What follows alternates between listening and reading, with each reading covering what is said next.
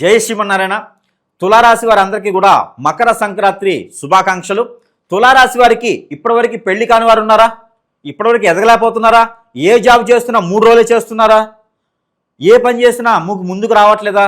మీ మీద చెడు దృష్టితో చెడు వ్యసనంతో గ్రహాలన్నీ కూడా మీ వైపు చూస్తున్నాయా? మనుషులు కూడా మీ వైపు చెడు చేపిస్తున్నారా? మీరు మంచి చేసే గుణానికి అందరూ చెడే ఉంటారండి. మీరు కూడా ఎదగాలి కదా. 2020 సంవత్సరం ఎవరికయ్యా అంటే ఒక్క తులారాశి వారి సొంతం అని చెప్పొచ్చు. ఎలాంటి తులారాశి వారైనా ఎదిగేదానికి ఎదిగి చూపించేదానికి కూడా ఈ యొక్క 2026 చాలా పనిచేస్తుంది. కాబట్టి మీరందరూ కూడా చిన్నపాటి దోషాల నుంచి పరిహారం చేసుకోవాలి. అవేంటో తెలుసా?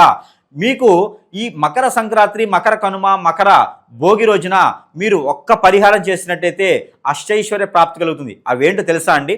మీకు ఫ్రూట్స్ వెజిటేబుల్స్ తెలుసు కదా, దాంట్లో 2 రకాల ఫ్రూట్స్ 2 రకాల వెజిటేబుల్స్ ఏవైనా తీసుకోండి. తీసుకొని మీకు సమీప దూరంలో ఎక్కడైనా సరే బ్రాహ్మణోత్తముడు కానీ ఆచార్యులు వారు కానీ ఎక్కడైనా గుళ్ళో ఉండేటువంటి పంతులు వారు కానీ ఉంటే అక్కడ దానం ఇవ్వండి.